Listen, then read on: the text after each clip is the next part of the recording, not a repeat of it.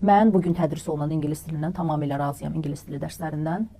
Səbəb də odur ki, hal-hazırda Təhsil Nazirliyinin qoyduğu standartlara müəllimlər bacardıqları qədər şagirdləri yiyələndirməyə çalışırlar. Dərsliyin daxilində həmin o buraxılışda tələb olunan bacarıqlar hamısı var. Dinləmə var. Demək olar ki, bütün bölmələr üzrə kifayət qədər dinləmələr var ki, bu da şagirdlərin dinləmə bacarığını inkişaf etdirir.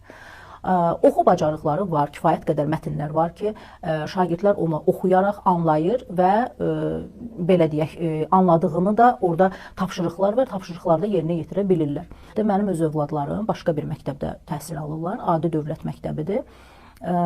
Onlar da kifayət qədər, həftədə 3 dəfəsini kifayət qədər keçirirlər və əgər şagird gündəlik dərslərinə hazır olarsa, inanın mənə ki, 9-un buraxılışını heç bir repetitor yanına getmədən verə bilərlər. Əsas məsələ odur ki, şagird həmin dərslərə hazır olsun. Bütün müəllimlər olmasa da, əksər müəllimlər ingilis dilini çox yaxşı şəkildə tədris edə bilirlər.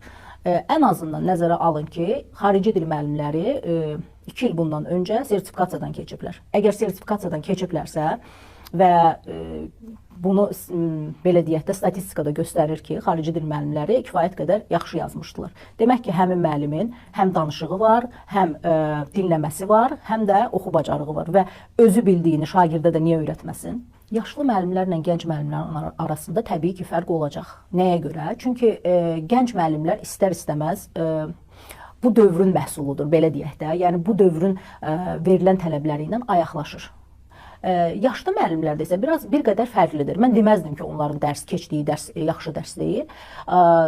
Deyək ki, həmin müəllimlər də çox savadlı olurlar və onlar da belə deyək də, yəni əsas dərslikdə verilən tələbləri şagirdlərə çatdırmağa çalışırlar. Və dərslikdə verilən tələblər də kifayət qədər yetərlidir ki, şagirdi normal bir səviyyəyə çatdırsın, belə deyək. İngilis dili tədrisinin saatları çoxalmalıdır. Nəyə görə? Çünki əgər biz bir şagirdin danışmasını istəyiriksə ingilis dilində, ən azından o hər gün o dillə qarşılaşmalıdır, o dildə danışmalıdır. Təbii ki, bu da ev şəraitində çox ailələrdə mümkün deyil. Ona görə, məsəl üçün, məktəbdə müəllimlə ünsiyyət saxlasa, şagirdlərlə, yəni 1-45 dəqiqə ərzində ünsiyyət saxlasa, mənə elə gəlir ki, bu daha yaxşı səmərəli olar. Daha sonra, məsələn, mən tövsiyə eləyərdim ki, başqa məktəblərdə də ingilis dilində mütaliələr olsun. Yəni, kitablar götürülsün müxtəlif, ola bilər aşağı bir səviyyədə, ola bilər orta səviyyədə kitablar götürülsün və mütaliələr olunsun. Bu çox gözəl effekt verir. Mən öz məktəbimdən bunu görmüşəm. Bəli, bizim dövrümüzdə artıq əvvəlki dövrlərlə fərqli olaraq bizim dövrümüzdə